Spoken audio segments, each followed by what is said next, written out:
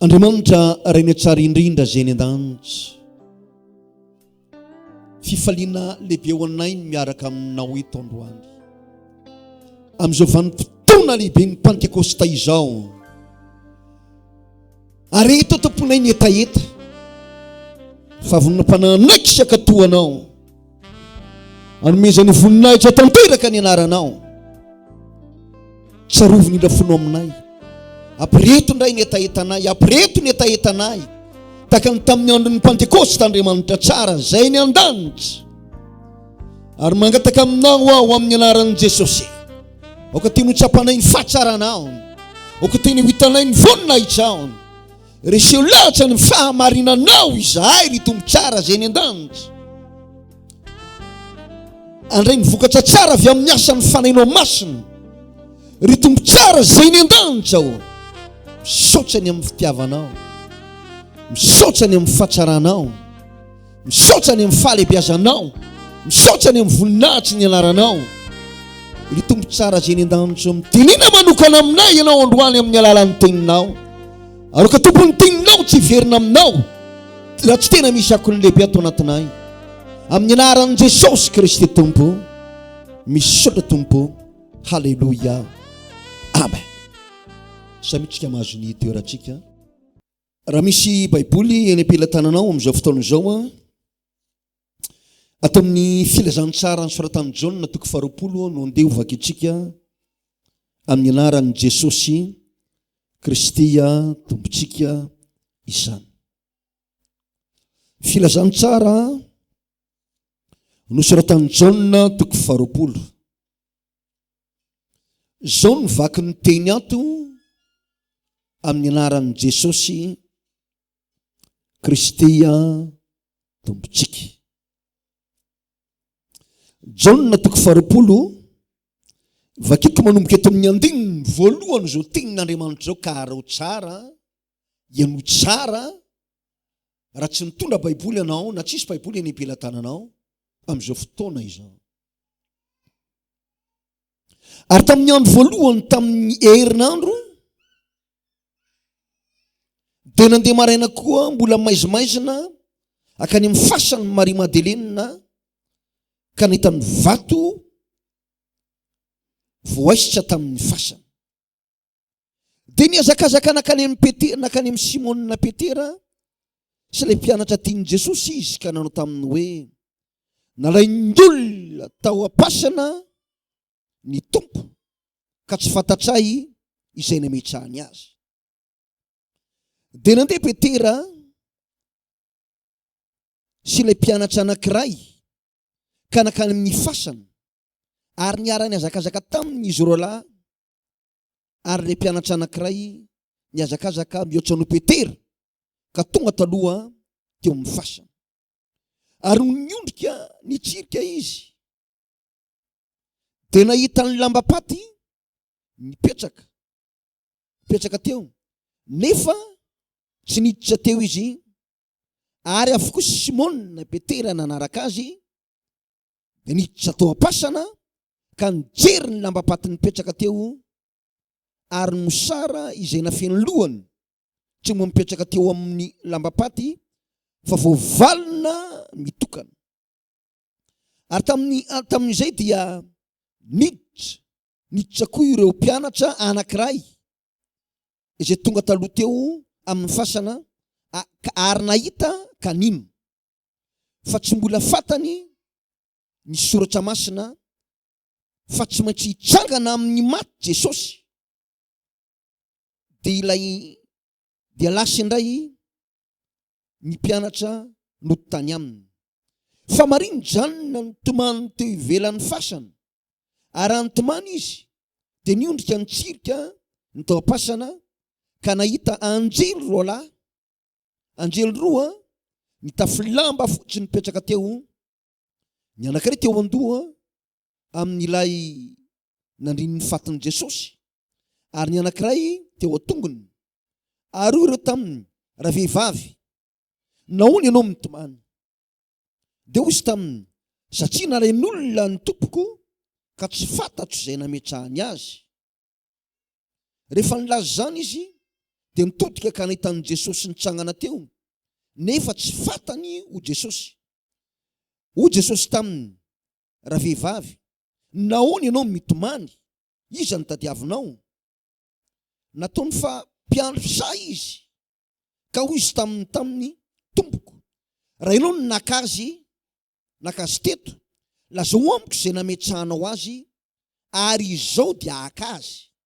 Hoy Jesosy taminy: ry Maria. Dia nitodika izy niteny taminy ka nanao tamin'ny teny Hebreo hoe Rabony, izany hoe mpampianatra. Hoy Jesosy taminy: aza manendry aho, fa tsy mbola niakatra tany amin'ny iray aho, fa mandehana makany amin'ny rahalahiko, ka lazao aminy hoe miakatra ho any amin'ny iraiky sy ny rainareo aho, ary ho any amin'ny Andriamanitro sy ny Andriamanitrareo. Amen. Atsio aloha no hitaritatsika izao fampianarana lehibe izao hitao anatrehan'Andriamanitra androany. Matoky an'Andriamanitra izay mpampianatra tsara indrindra sy mpampahery, ny voninahitra ho an'ny Tompo Jesosy irery ihany izany. Ry havana malala izay tafavory eto amin'izao toerana masina izao, na ho antsika izay miaigny sy mpanaraka ny fitoam-bavaka amin'ny alalan'ity fitaovan-tserasera Facebook ity, na ihany koa amin'ny YouTube. Miarabanao manokana nahatratra ny vanim-potoana lehibe, ny Pentekosta amin'izao androany izao izany. Ny vanim-potoana ny Pentekosta dia mbola somary idirantsika, somary landalina kely eo zany rehefa avy eo. Fa alohan'ny tena afatsika miditra amin'izay aloha, dia te hilaza aminao inona moa ny vanim-potoana, inona ny zavatra nitsanga taloha kely nisy eo ny andro Pentekosta. Izany hoe efapolo andro talohan'ny natoavan'izao vanim-potoana iainantsika ao anatin'ny Pentekosta izao, izay filatsahan'ny fanahy masina na fidiran'ny herin'Andriamanitra izany. Inona tokoa ny zavatra nitsanga tamin'izany ry havana malala? Fantatsika tsara tokoa ny nitsanga fa Jesosy Kristy, zanak'Andriamanitra velona, dia nilavon'ny olona, nataon'ny olona tsinitsinina, ka nifatsiana tamin'ny hazo fijaliana. Ary dia zao, rehefa maty izy tena levona, ary nitsangana maty tamin'ny andro fahatelo, araka ny soratra masina izany. Hitatsika izany, voatselitsika ny nakalazan'ny Pasika ry havana malala. Zany hoe nitikeliny atao hoe Pasika dia zao feti-piraviravona izay voalazan'ny tenin'Andriamanitra fa fandalovana. Izany hoe nandalovan'Andriamanitra ny tsara an'ireo teo amin'ny tanin'ny Israely, nanameloka ny Egyptianina, namono ny Andriamanitra ny Egyptianina, ka nanandratra an'ireo zanak'Israely ary naneho ny tompony voninahiny, satria ny dikan'ny Pasika dia zao fandalovana. Zay natao hoe Pasika.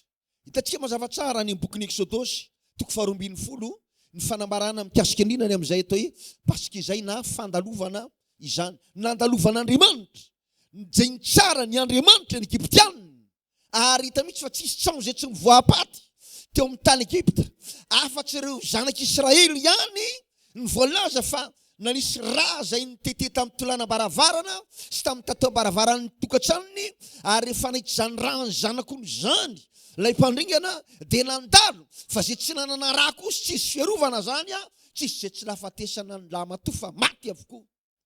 Na tamin'ny lamatoan'ny zanaky ny faharoa mpanjakany Egypta, na tamin'ny lamatoan'ny andevilasy andevivaviny, tsisy zay tsy nafatesana fa tena maty avokoa. Nakalazaintsika izany vanim-potoana ny Pasika izany. Ary dia voalaza zany aty amin'ny Korintianina 1, toko 5, fa manambara mihitsy manao hoe fa voavono izy Kristy Pasika ho antsika. Noho izany tena tsy mety ilay firehantsika, ilay masirasira ela mantsy, dia zao tokony hovaina ho tonga vongana vaovao araka ny tenin'Andriamanitra, araka izay tsy mahamisy masirasirantsika, satria ny tena antony marina tokoa, voavono Kristy Pasika ho antsika. Hoy ny voalazan'ny tenin'Andriamanitra izany. Dia samy nifalitsika, samy niraviravitsika teo anatrehan'Andriamanitra tamin'ny vanim-potoana ny Pasika. Fa fantatsika moa ny tena marina ny ngidin'izany Pasika zany. Fantatsika ny zavatra tsy maintsy neritan'ny Tompo tao anatin'izany Pasika zany. Tsika tsy maintsy nitomany, tsy maintsy nalahelo, fa ny Tompo kosa ny tena marina nampijaliana nampahoriana. Ary tatiorintsika indray ny lasa ny faly rehefa nomboana tamin'ny hazo fijaliana Jesosy, satria tonga nampanankarianantsika ny tena marina ny fahantrany. Tonga nitahintsika, satria voaozina araka ny tenin'Andriamanitra izay olona miantona amin'ny azo. Tsika nanjary nitahina, fa Jesosy nanjary nozonina. Noho ninona? no ny fitiavan'Andriamanitra sy ianao. Dia raha somary ianao azakazaka kely tsika kesika ny amin'izany dia voalazan'ny Baibolina indra fa tamin'ny andro voalohany tamin'ny herinandro dia voalazan'ny Baiboly fa nitsangana tamin'ny maty Jesosy Kristy tamin'ny andro fahatelo, niakatsangaka ny an-danitra izy ary nitoetra eo tany ankavanan'Andriamanitra rehetra ankehitriny ny fonao amin'ny fonao anao. Noho izany tokony tsy hanamely teny ianao, tokony tsy hanaratsy teny na mialatsy iny miaraka no ampireny taka no miatrika atrika. Zay moa zany manaratsy teny fa manamely tena taka ny tao hoe inona tsony ny fanantenako, tsy manana tsony azany atao hoe fanantenana zany fa disy fanantenana tanteraka amin'ny zavatra maro. Kivy ianao, miravoravo tanana ianao, ketraka ianao, asa tiny ry havana malala fa Jesosy ange mitondra ny fahorianao Jesosy namafa ny ramasinao atonga asianao afaka manana fifaliana, manana fiadanana ankehitriny. Noho izany aza velisy anameloka atsika na ny satsika na ny fotsika. Ekeko fara tena mitoetra ao anatin'ny fahotana mandrakizao ianao, tsy mety bebaka, tsy mety miova. Raha dia miteny mananatra manitsy anao azy Andriamanitra tsy mety iova ianao, fa taka ny tomana martena miziriziny amin'ny hevitrao, tsy mety ala amin'ny fahotana, lalam-pahotana, lalam-paratsiny dia tsy mahagaga. Raha anamely tena mandrakandroany ianao dia voaheloka tokoa ianao. Fa sory olona izay manafina ny fahotana ny Baiboly tsy ambinina, fa izay mitsotsaka mahafoy izany fahotana zany azo famindrapo izy. Raha tonga hita noho zany, raha mandray izao tenin'Andriamanitra noho zany androany, aza manafina ny fahotana ao anatinao ao ianao. Andao tsika mianakavy hitsotra hiala amin'izany fahotana zany, fa izay mitsotra nge ka tena mahafoy ny fahotana izay araka ny tenin'Andriamanitra azo famindrapo izany olona izany. Maty Jesosy Kristy ho famelana ny eloko sy ny elokao. Maty izy ary natsangana tamin'ny maty mbo fanasitranana antsika, ka na inona aretintsika na toy inona ratsatsika na manao na ratsapotsika dia tsarovy tsara fa amin'ny alalan'ny fitsanganan'i Jesosy tompo tamin'ny maty hiaraka tsangana amin'izay koa ilay fiainana matimaty ho tonga fiainana velona tanteraka. Andao hiteka ny amin'ny fahaveloman'i Jesosy tsika rehetra. Halleluja! Fiainana velona miaraka amin'i Jesosy. Faly amin'laza aminao artiako maneho anao zany fahaveloman'i Jesosy zany. Velona Jesosy ary tena tsy mahatsony izy. Efa eny tana ny lakle, eny tana ny fanalidin'ny fahafatesany. Hitanao io fahafatesany io misy lakle io. Fanalidiny voalazan'ny tenin'Andriamanitra amin'izany eny amin'ny bokin'ny Apokalipsy. Ka rehefa maty Jesosy, nitsangana tamin'ny maty, naresy ny fahafatesany, resy ny fahalovany, ary natsangan'Andriamanitra ko velona izy, nitsangako velona tamin'ny maty Jesosy Kristy.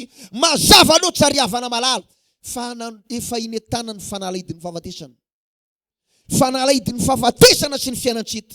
Tsy mahatintsony zany izy fa velona mandrakizay izy, ary manana le fanalidin'ny fahafatesana sy ny fiainantsika izy. Tiako maneho aminao raha matsiaro tena matimaty ianao na kivikivy na ketsaketraka. Raha hitodika amin'i Jesosy ianao, tsy hanamelo tena, tsy hanamary tena koa nefa, fa andeha mipanika tena masin'Andriamanitra ary tena ametraka ny fiainantsika ny fotsika ao tsen'Andriamanitra. Hiteny amin'ny Jesosy mihitsy, Jesosy mamindra foambika ianao, vonjeo aho ho afaka amin'izao lalanoto, lalam-pahotana ataoko izao. Ka nanavaram-pakevitra intsy ianao, tena hoe afoy tokoa ny fahotana mahafaty izay niainanao hatramin'izay ka hatramin'izao. Ka anaiky tonga olona vaovao andray ny herin'ny fitsanganan'i Jesosy Kristy tompo tamin'ny maty, tonga vaovy ianao. Tsy mahatintsony fa velona, tsy mahatiara-panatsony fa velona mandrakizay ary tonga olona mahery eny ianao. Tonga olona mahery ianao. Raha matsiaro tena azy ianao ankehitriny matimaty na kivikivy na ketsaketraka, misy vahaolana lehibe men'ny filazantsara ny Jaona izay mivakitsika teo atsika. Misy tena vahaolana lehibe ho iaho. Satria nahoana moa? Rehefa tonga teo amin'ny fasana Maria Madeleine, re mpianatra izay niara niazakazaka tamin'ny Petera, izy oralahy sy re mpianatra tian'ny Tompo, ary dia tsarovy tsara nisy fifaninana nazakazaka teo. Maraton ve mifieritreretantsika azy? Satria rehefa hazakazaka lavitrezaka dia marathon. Fa tsy maintsy misy fiazakazana tsy maintsy tena natao teo. Mba afahana mijery izany fitsanganan'i Jesosy tonga tamin'ny maty izany. Inona moa izy ianareo ilay hazakazaka? Dia jerevy tsara ange eto amin'ilay Jaona 20 teo hoe, eto amin'ny 9:7 manao hoe, dia nandeha Petera sy ilay mpianatra anankiray ka nakany amin'ny fasana. Ary niarany hazakazaka izy roa lahy. Ary ilay mpianatra anankiray mihazakazaka mihoatra an'i Petera ka tonga taloha teo amin'ny fasana. Ary no niondrika nitsirika izy dia nahitany lamba-paty nipetraka teo. Nefa tsy niditra teo izy. Ary avy koa Simonina Petera nanaraka azy dia niditra teo amin'ny pasana ka nijery ny lamba-paty mipetraka teo. Ary ny mosara izay nifehy teo amin'ny lohany dia nipetraka teo amin'ny lamba-paty ka voavalina mitokana. Ary tamin'izay dia niditra koa ilay mpianatra anankiray izay tonga taloha teo amin'ny fasana ary nahita kanino. Ry havana malala, androany lesona voalohany indrindra tia nomenantsika rehetra tonga eto androany na mandray izao tenin'Andriamanitra ao androany dia hoe mba vonina hiazakazaka ve no hianatrehan'ny fampona ny Tompo. Efa niazakazaka ve ianao ka mbola hiazakazaka? Ilay hazakazaka ve ianao ka matsiary tena sepotra ny fiainana? Reraka, kivy. Dia izy manao tena tsy handeha intsony kivy tanteraka ary anga aleoko mijanona atao trano. Fiboana moa ty efa misy raha teo anatin'ny confinement. Inona ny azoko atao? Ny olona mihazakazaka manoloana ny fampona ny Tompo na confinement azy. Miantso an'Andriamanitra amin'ny fivavahana, mamaky ny Baiboly, tsy mahafoy fiara-miangana, fiara-mivavaka tahaky ny fanao ny sasany. Fisy kosa izay fiboana izao. Izany aloha ny tena marina dia izao tena tsy hazakazaka izany. Io zany ny hazakazaka tany aloha fa saingy izao miemotra izy taty aoriana. Dia jerevy tsara nge ny karazam-piazakazana atsapantsika sy hitantsika eto. Tiako dinianao fatsatra izany amin'izao vanim-potoana amin'ny Pentecoste izao. Tiako dinianao tena fatsatra izany hoe niazakazaka Petera sy ilay namany anankiray izay tsy voatonona anarany. Fa ilay namany anankiray niery niazakazaka no izy. Fa rehefa tonga teo amin'ny fasana dia nijanona teo. Niazakazaka tao anatin'ny fahafatesana ihany izany. Mijanona teo morom-pasana. Tsy niditra tany amin'ny fahavelomana izy, fa nijanona teo morom-pasana. Firy koa ny mpino tahaka izany?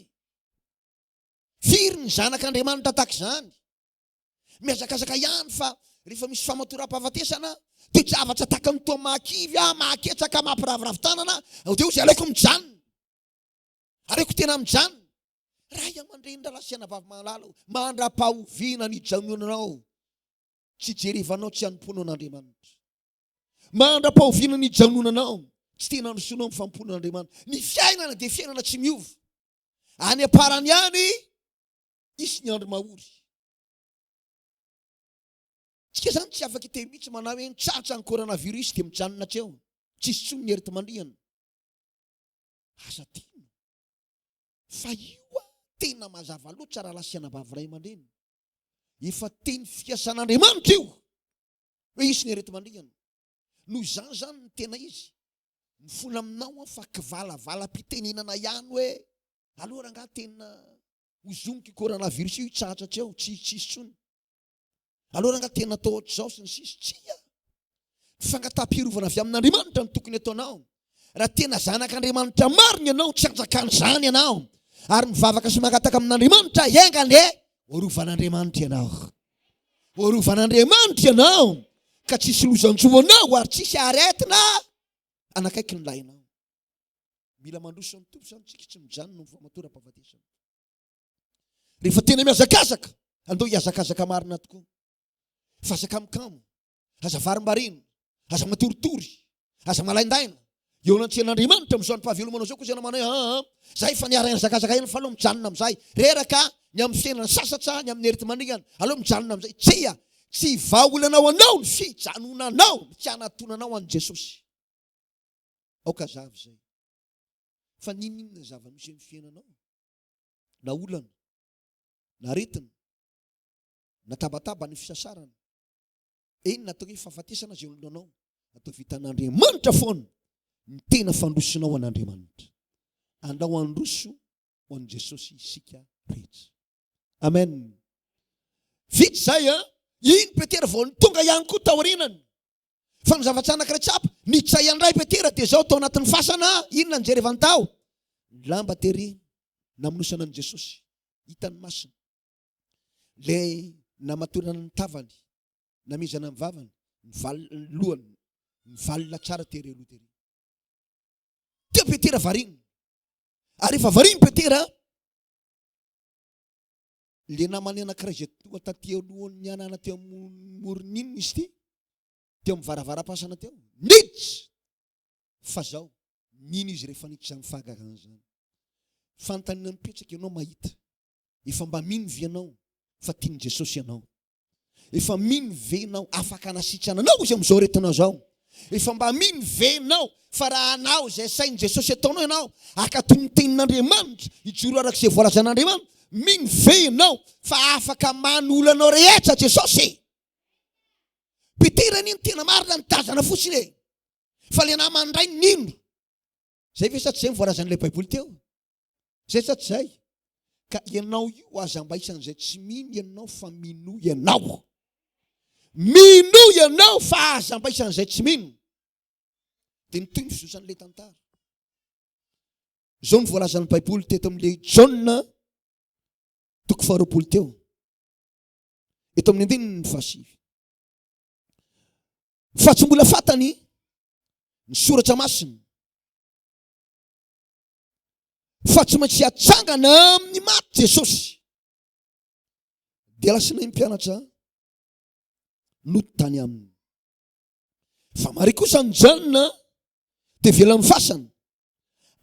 Raha nitomany izy dia niondrika nitsirika tao am-pasana, ka nahitany anjely roa mitafy fotsy. Mipetraka teo ny anankiray teo andohany ary teo andoha tamin'ilay narian'ny fatin'i Jesosy, ary ny anankiray teo atongony, ary ireo taminy raha vehivavy. Nahoana ianao mitomany? Dia osy taminy, satria nalain'ny olona ny tompoko, ka tsy fantatro izay nametrahany azy. Rehefa nilazany izy dia nitodika ka nahitan'i Jesosy nitsangana teo, nefa tsy fantany ho Jesosy. Ho Jesosy taminy raha vehivavy. Nahoana ianao mitomany? Iza ny tadiavinao? Natao mifampiansa izy. Dia osy tamin'ny tompoko, raha ianao no nakazy teto, lazao amiko izay nametrahanao azy, ary izao akazy. Ho Jesosy taminy, ry Maria. Dia nitodika izy ka niteny tamin'ny fiteny Hebreo hoe rabony io, izany hoe mpampianatra. Ho Jesosy taminy, aza manindry aho fa tsy mbola niakatra ho any amin'ny raiky sy ny rainareo aho.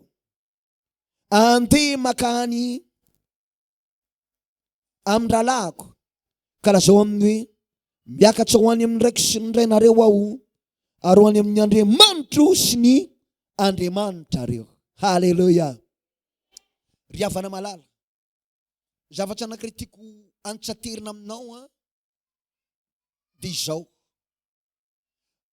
Averiko hatrany mba mino venao rehefa ahitan'i Jesosy. Mino venao fa izy anginy nanovany fiainanao e. Izy anginy nanasitrana ny aretinao e.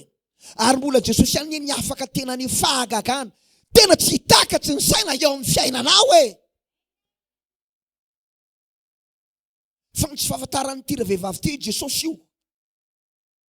Niondrika izy no nijery tamin'ny mpisetona, tamin'ny ranomasy, tamin'ny alelo lehibe hoe dia tena aiza tokoa nitsirika izy tao anaty fasana. Rehefa nitazaniny, rehefa nisy anjely roa teo fa tsy fantany. Ny anankiray tery amin'ny lohan'ny tompo, tery amin'ny lohan'ilay le farafarana torin'ny tompo. Ny anankiray teto tongony. Nitomany izy tamin'izay fotoana izay. Atao anatin'izay fotoana izay nanomboka nampahery azy lahy anjely. Dia rehefa nampahery azy, dia zao ny teny manao hoe raha vehivavy, nahoana ianao mitomany izy? Inona mampitomany ianao? Nierika le Maria, ary efa nierika izy. Dia nahita lehilahy anankiray dia izy ngamba ty le raha ty mihitsy nangalatra ny fatin'ny tompo. Ity ngamba mpiandra an'ity za ty. Mangataka aminao raha ianao naka ny fatin'i Jesosy tato, lazao amiko, aiza ny nametrahanao azy. Teny ianao fa naiza toerana nametrahanao azy dia ho avy tokoa tsy maintsy andeha haka an'izany faty zany. Fa namangy azy Jesosy ka niteny taminy manao hoe ry Maria. Nierika izy. Niteny amin'izay tamin'ny fiteny Hebreo, mpampianatra ao zany, teo zany nosokafan'Andriamanitra ny masiny vonita izy fa Jesosy io mandra-pahoviana ny janonanao amin'ny fatoritoriana ara-panahy. Torimaso ara-panahy. Fa raha isokatra amin'ny masom-pananao androany dia fantatrao fa ho avy ela Jesosy. Tsika zany tsy tokony variana tsony amin'ny fampona an'Andriamanitra. Tsika zany tsy tokony tairina foana, domina foana, mifazy andao hivavaka, andao nompo an'Andriamanitra. Tsika zany tsy tokony terena tsony, mila sitoma mitady mazaka. Fa raha isokatra amin'ny masom-pananao androany dia resy lahatra anao mpampianatra sy tompo tokoa Andriamanitra. Halleluja. Tena misy angeny olona raha mbola tsy mahita ny masiny, raha mbola jamba mitady ny fomba rehetra izy hoe inona dao ny fomba azy ny rehetra tao e.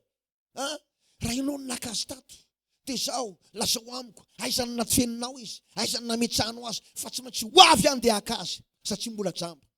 Fa rehefa nahiratra kosa ny masiny tamin'izay fotoana izay, sokatra ny masiny ditana amin'izay fa ay ve Jesosy ty miresaka amiko ty, ay ve ka Jesosy. Dia izy ny tompo mantsi azy zao aza mbola manendry alo ianao aza mbola mikasika ianao, fa tsy mbola miakatra anakany amin'ny raiky sy ny rainao aho, ary tsy mitena hita mihitsy teny io zany tsy mbola tokony ohatrany mahafinaritra be itenin'i Jesosy io tena manesy lahatra io satria fatary tsara nge ozy le tenin'Andriamanitra eto amin'ny anteniny fa 10:20 amin'ilay Jaona toko 20 teo manao hoe o Jesosy taminy, raha vehivavy nahoana ianao mitomany? Iza ny tadiavinao? Nataony fampiansa izy ka hoy izy taminy, tompoko, raha ianao ny naka azy teto dia raha zao amiko ny nametrahanao azy, fa izaho andeha haka azy. O Jesosy taminy, ry Maria. Dia nitodika izy ka niteny taminy nanao hoe Rabony eo, izany hoe mpampianatra. O Jesosy taminy, aza manendry aho fa tsy mbola niakatra ho any amin'ny ray aho, fa mandeha ihana makany amin'ny rahalahako, ka lazao amin'ny hoe miakatra ho an'ny raiko sy ny rainareo aho, ary ho any amin'ny Andriamanitra sy ny Andriamanitra reo. Halleluja. Aloha tsika teka fa manana Andriamanitra tsara sady tia tsika. Halleluja. Mazava loatra zany ry havana malala fa tamin'ny fotoana io Jesosy tsy mbola nakany amin'ny raiko sy ny rainao araka ny teniny, tsy mbola nakany amin'ny Andriamanitra sy ny Andriamanitra ao araka ny teniny, ary natonga sany teny aza mbola manendry aloha.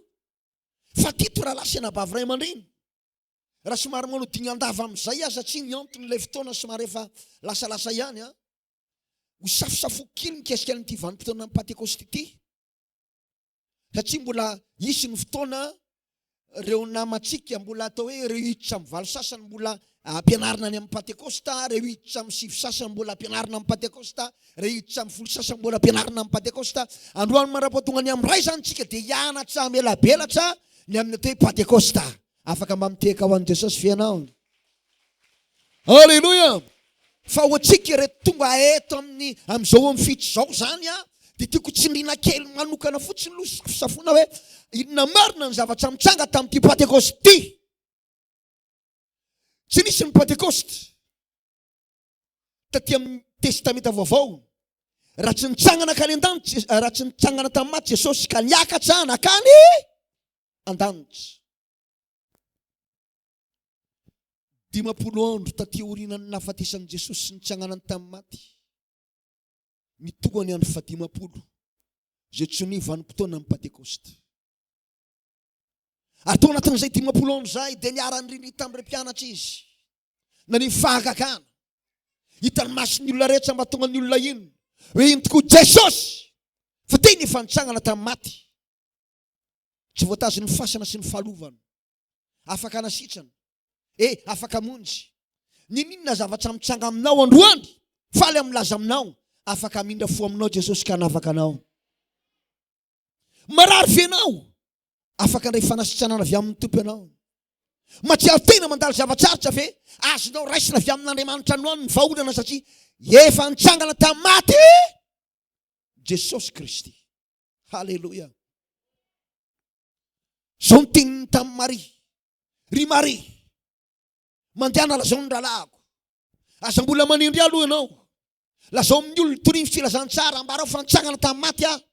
Teneno amin'ny olona rehetra zao zavatra efa hitanao zao. Ianareo reto ve zay manao zao tenin'Andriamanitra androany zao mba tena vonina marina anambara amin'ny olona manodidina anao ny amin'ny Jesosy sy ny hery ny fitsanganana amin'ny maty. Aza mbola manindry aloha izy. Fa mandiana aloha zao, zay zany nidingana voalohany. Lazao amin'ny olona raha vao manana fotsiny an'Andriamanitra amin'ny fiainanao zany ianao. Rehefa voaova ny fiainanao ka tonga zanak'Andriamanitra ianao dia tokony hetsika antesady ianao zany. Ilaza amin'ny olona ny amin'ny Jesosy sy ny hery ny fitsanganana amin'ny maty. Fa mamparelo ny mahita zanak'Andriamanitra mandraka androany dia mbola tsy mitory filazantsara foana. Mandraka androany na dia efa nilatsaka 24 taona lasa zay ny fanahy masina. Efa nilatsaka 24 taona lasa zay ny fanahy masina dia mazava loatra fa mbola tsy mitory filazantsara izy.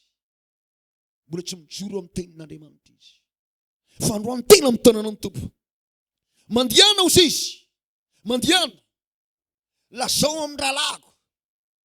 Fa aza mbola manindry mihitsy aloha. Fa lazao amin'ny olona. Mbola tsy niakatra hienaka any amin'ny raiky sy ny renareo aho. Mbola tsy niakatra anaka amin'ny Andriamanitra sy ny Andriamanitra reo aho. Fa teny fotsiny amin'ny olona aloha zava-mahagaga hitan'ny masonao. Ry havana malala amin'izao vanim-potoana amin'ny Pentecoste zao tiako ilazaina aminareo marina tokoa. Efa niakatra any an-danitra Jesosy. Halleluja. Vavolombelona izany zao sy ianao. Satria matsapa famialan-keloka. Matsapa fanavozana. Matsapa fitaina sy fanambinana eo anatreh'Andriamanitra. Ka rehefa lasa ny tena marina. Maria niteny tamin'ny olona efa nitsangana tamin'ny maty Jesosy teo amin'izay zany nanomboka ny teny mikasika any amin'ny Pentecoste Jesosy. Satria voalazan'ny Baiboly. Andao vakitsika eto amin'ny anteniny 8:20 amin'ilay Jauna 20 teo. Dio Maria Madeleine tamin'ny azafady. Ary tonga Maria Madeleine ka nilaza tamin'ny mpianatra hoe efa nitany tompo ao. Sady zany teny zany no nilazainy taminy. Ary efa harivan'ilay andro voalohany tamin'ny herinandro raha voarindrina ny varavarana zay niangonan'ny mpianatra no ny fatahoran'ny jiosy dia tonga Jesosy ka nitsangana teo anoloany teo voany dia nanao taminy hoe fiadanana ho anareo. Ary efa nilaza zany izy dia nasehony azy ny tanany sy ny lany voany. Dia faly ny mpianatra raha nahita ny tompo. Ary ondray Jesosy taminy fiadanana ho anareo tahaka ny namelany raha ihany no andrahako anareo koa. Tahaka ny nandrahany raha ihany no andrahako anareo koa. Ary efa nilazany izy dia nanisy fofinaina ka hoy izy tamin'ny rasy ny fanahy masina. Na elokiza no velanareo dia voavely zany. Ary na iza ny tsy velanareo dia tsy voavela izany. Halleluja. Ry havana malala zay mandray zao tenin'Andriamanitra eto androany zao. Saritahotra fiainao amin'ny zava-misy amin'ny fiainana. Mangofotra sy manavy ianao ny tenin'ny tompo manay aza matahotra fa minofo fotsiny ihany. rehefa nazaony jiosy ny fatahorana, nazaon'ireo mpianatra ny fatahorana taony jiosy, nidiny ny tranony angonany tamin'izay fotaon'izay, nivavaka izy ireo. Ary eny amin'ny asan'ny apôstôly toko voalohany ihany dia voalaza fa taon'ny efitrano ambony izy mivavaka, 20 mianadahy izy tamin'izay fotaon'izay. Fa voalaza amin'ity Jaona ity fa nikatina ny trano no ny fatahoran'ireo mpianatra ny jiosy. Mitrakatrehitra Jesosy teo ampovoany, gaga ireo hoe ahoana toa tsy mivony trano, trano nikatina, foana natoavan'i Jesosy teo ampovoantsika. Fa narefeo izy tamin'ny mivavany tompo manao hoe fiadanana ho anareo. Raha lasiana-bavy ray aman-dreny, mba vonina indray izany fiadanana izany vienao androany, vonina indray izany vienao. Aoka teny mafy ianao ankehitriny sady asan-drato ny taniny hoe fiadanana ho anahy. Izany ve mifanohim-piadanana amin'ny tompo? Marina fa misy kasibositsika fasio mafy mihitsy fiadanana ho ahy. Halleluja! Aloha teka mafitsika. Halleluja! Ry havana malala iza ny mpagnome fiadanana? Tsy vola, tsy herena, tsy olombelona, fa Andriamanitra. Jesosy ny mpagnome fiadanana. Izy miteny fiadanako anareo izy izy. Fiadanako anareo. Dia nasehony amin'izay ny vavolombelona. Nasehony tanany izay niboana tamin'ny hazo fijaliana. Nasehony lanovoany izay nitsinoma tamin'ny efiny. Nasehony tsara fa rehefa nitan'izay ny mpianatra nikoka tamin'ny tany. Indrindra fa simonina azafady. Indrindra fa iza moa ty? Iza moa le tsy ny matiny tsy tena avy nandevina araka no tena malagasy. Tomasy. Indrindra fa Tomasy izay niteny mihitsy zany ray tsy mihiny zany fitsaranan Jesosy amin'ny maty zany raha tsy ny tanako mihitsy ny tena tefiko amin'ny lanovoany sy amin'ny tanany, ny olona tsy ny tanany sy ny lanovoany, tena tsy mihina fahafantsangana tamin'ny maty zany Jesosy. Fa voalazan'ny Baiboly. Fa rehefa niteny ny tompo hoe fiadanako anareo, dia nitodika anakany amin'ny Tomasy izy. Dia zao niteny Tomasy avianao ty tsapao aho.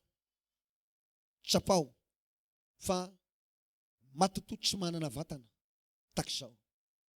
Rehefa nitsapasy Tomasy, niratra ny masiny, niteny tamin'ny mpanetseteny tompoko sy Andriamanitra ianao. Mba hiteny amin'i Jesosy fianao fa tomponao sy Andriamanitra ao izy. Fiadanako anao ny tompo, fiadanako anao. Ary rehefa niteny izay fiadanana izay izy dia zao nanisy fofinaina. Azonareo moa izany nisy fofinaina izany? Namoaka fofinaina avy any am-bavany izy. Mitsoka. Rehefa nisy an'izay dia voalazany ny asan'ny apôstôly toko faharoa fa nisy rivotra mahery ny fofofo tao amin'ny tranony angonan'izy ireo. Ary zany rivotra mahery ny fofofo zany dia voalazan'ny Baiboly fa nanomboka nisy taorianan'izay nisy lehilahy maro nitarena afo amin'izay izay nizarazara tamin'izy ireo isambatan'olona. Ary nanomboka hatreo dia niteny tamin'ny fiteny samihafa amin'izay izy araka nampitenenany fanahy masina azy, satria izany natao andro Pentekosta. Voalazan'ny Baiboly zany, asan'ny apôstôly toko faharoa, fosiny tenin'Andriamanitra manao hoe asan'ny apôstôly toko faharoa eto amin'ny andininy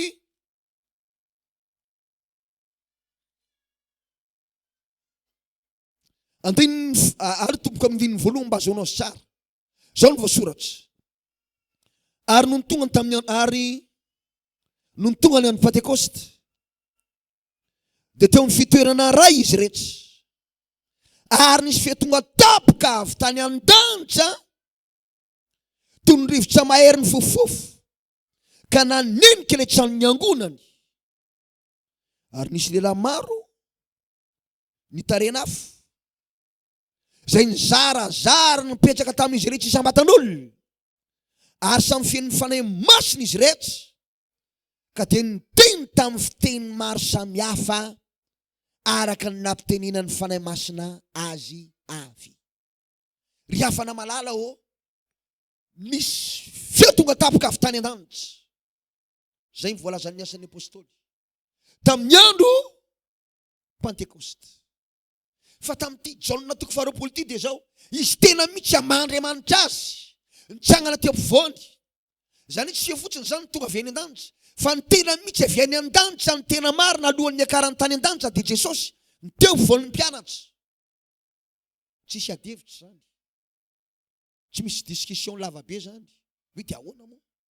Ahoana ny fandraisany zany Jaona toko faharoapolo zany amin'ny asan'ny apôstôly toko faharoa? Ahoana ny isehony zany? Ahoana ny zany ve tsy zavatra samihafa? Ndray hita zao hoe feo avy any an-danitra ny anankiray Jaona toko faharoapolo izy tena ny tety ambony tany. Inona ary mahasamihafa an'izany e? Vao nankalazaintsika 10 andro teo nge zay ny Assomption, zany andro fiakarany. Zany hoe ny akaran'i Jesosy tompo tany an-danitra. Ary 10 andro taorinan' zay ny akarany tany an-danitra zay, androan'ny Pentekoste nandatsaka ny fanahy masina izy, mba fantatsariva zany vanim-potoanany chronologique zany. Fantatsariva zany filaharana zany, filaharany zava-misy zany. Hoe 10 andro Jesosy Kristy niakatra any an-danitra, ary dia namepetra ny mpianany izy talohan'ny akarany, zao aza miaratra Jerosalema ianareo mandra-panafy ianareo amin'ny hery avy any ambony. Tokony tsy hiala Jerosalema ianareo, fa zao azo hery ianareo milatsahany fanahy masina aminareo, ary fa volombeloka ianareo eran'ny Jerosalema, Judea, Samaria hatramin'ny farany tany. Tsy tokony hiala tao Jerosalema. Fa tamin'ny andro Pentekoste izy ireo dia mazava loatra fa rehefa nandre izy tao amin'ny tranon'ny angonany, rivotra tena mahery ny fofofofo, zay taka ny zavatra nitranga tamin'ny Jaona toko faharoapolo. Lela maro ny tarena afo, feo avy any an-danitra, dia nomboka ny teny izy tamin'ny fiteny samihafa araka nampitenena amin'ny fanahy masina azy avy. Noho izany niala ny tahotra, niala ny tebiteby. Rehefa nandray ny fanahy masina ny Petera le sary tahotra, nandany tompo teo maso azy. Iteny Petera nandany tompo, fa rehefa niraisy ny fanahy masina, tonga vavolombelona nambara azy izy. Raha nandray ny fanahy masina ianao androany, tonga vavolombelona nambaran'i Jesosy tompo ianao, hitanao any Andriamanitra. Raha lasiana bavy ray aman-dreny, tsy dia hivalapatra loatra ny amin'ity vanim-potoana amin'ny Pentekoste, satria ny antony araka ny teniko tamin'ny tetry ambony manao hoe ny fivorintsika misesisesy rehefa avy eo dia mbola hianatra, mbola ampianarina tsika ny amin'ny tena mahazava-dehibe an'izany Pentekoste zany. Teny ilomano zany tsika ao anatin'ny herin'ny fanahy masina zay, mazava loatra fa tena afaka hitola fahasoavam-be amin'ny fiainatsika. Fa ny tiako trapanao fotsiny dia hoe mba olona mangetaheta ny fanahy masina avy ianao. Ny fanahy masina ry olona ny afaka novatsika. Ny fanahy masina ny fampihavanana amintsika amin'Andriamanitra. Ny fanahy masina ny afaka tonga antsika ho ateraky indray ka tonga antsika olona tena vaovao amin'ny Jesosy Kristy. Ny fanahy masina no tonga antsika ho afaka mitahotra sy tebiteby manjo antsika. Ary mbola ny fanahy masina io ihany ny afaka no asa tena lehibe amin'ny fiainantsika amin'izao vanim-potoana ianantsika eto ambony zao. Mba voninandray ny fanahy masina avy ianao. Atao vitan'Andriamanitra azo fa mangetahita ianao. Fa ny Baiboly miteny mazava tsara, atana-tanao ny vavanao sy voafianoko. Raha olona tena mangetahita ny fanahy masina ianao, tena maniry zany asa ny fanahy masina zany, hitoetra amin'ny fiainanao manontolo ianao, latsaka aminao ny fanahy masina androany. Ampahiranao. Arakaraka ny fatsany etaito anatinao ny tena ny fanahy masina aminao. Raha mangetahita zany ianao hidina aminao ny fanahy masina. Fa raha tsy mangetahita ianao, tsisy fanahy masina hidina anatinao zany. Tsisy fanahy masina menanao zany. Fa raha mangetahita ianao, hozy Jesosy manao hoe atana-tanao ny vavanao foafianoko. Raha mangetahita amin'ny fanahy masina ianao, afaka ampidin'ny ny tompo aminao ny heriny. Ampidin'ny ny tompo aminao ny heriny. Ka androany, aoka tsy tono maly ny fiainanao. Androany, aoka hiazakazaka ianao, aoka matoky ianao, aoka tsy hijanonao mory ny famatoram-pahafatesana ianao, aoka hitoetra matoky araka ny tenin'Andriamanitra. Andao hivavaka tsika mo fiainan'Andriamanitra tokoa ny heriny sy ny fanahiny amin'izao vanim-potoana ianantsika eto androany zao. Voninahitra ho an'ny Tompo Jesosy ireo ihany. Tsy maintsy amarana zao teny zao avy zao ny tena ambara aminao. Androany ny fankalazana ny fanahy masina. Tsy maintsy tokony miaina amin'ny fanahy masinantsika.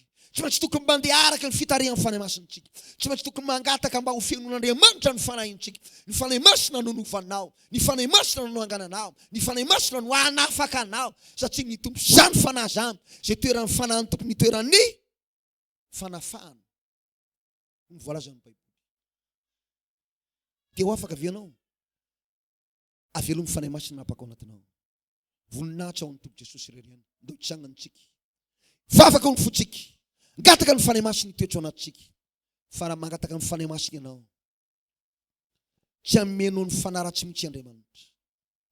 Izy aminareo ny tompo nangataka rangatany zanany mofo no amena azy vato.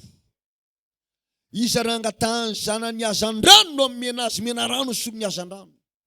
Fa ianareo izy na dia ratsy azy mahalala manome zavatra ho an'ny zanakareo, tsy maika avany ray nareo zay ny an-danitra ozy ny tsy ameny fanahy masina ho an'izay mangataka aminy.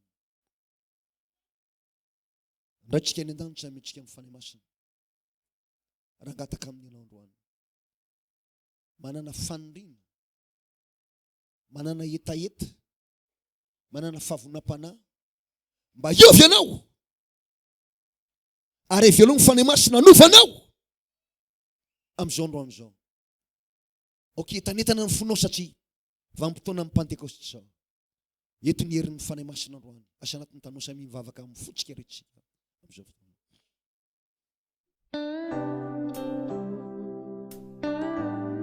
Nao anaty kasiposy aza dia aseho amin'Andriamanitra fa mangetaheta azy. Aseho amin'Andriamanitra fa mangetaheta azy ianao amin'izao fotoana.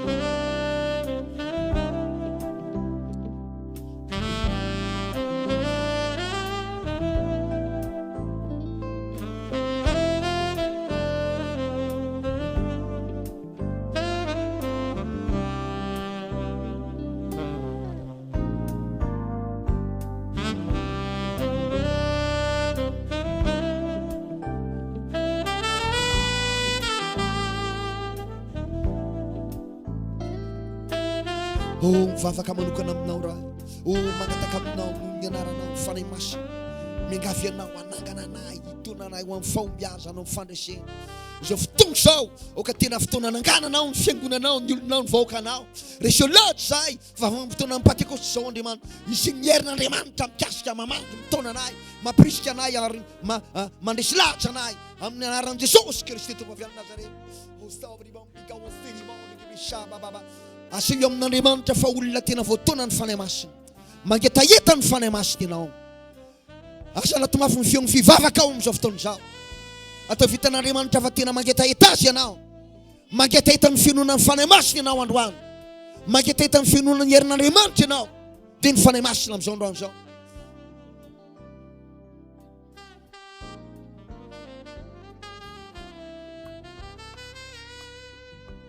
Hoy ny tenin'Andriamanitra izay miteny amin'ny fiteny tsy fantatro ozy, mampandroso ny tenany izy.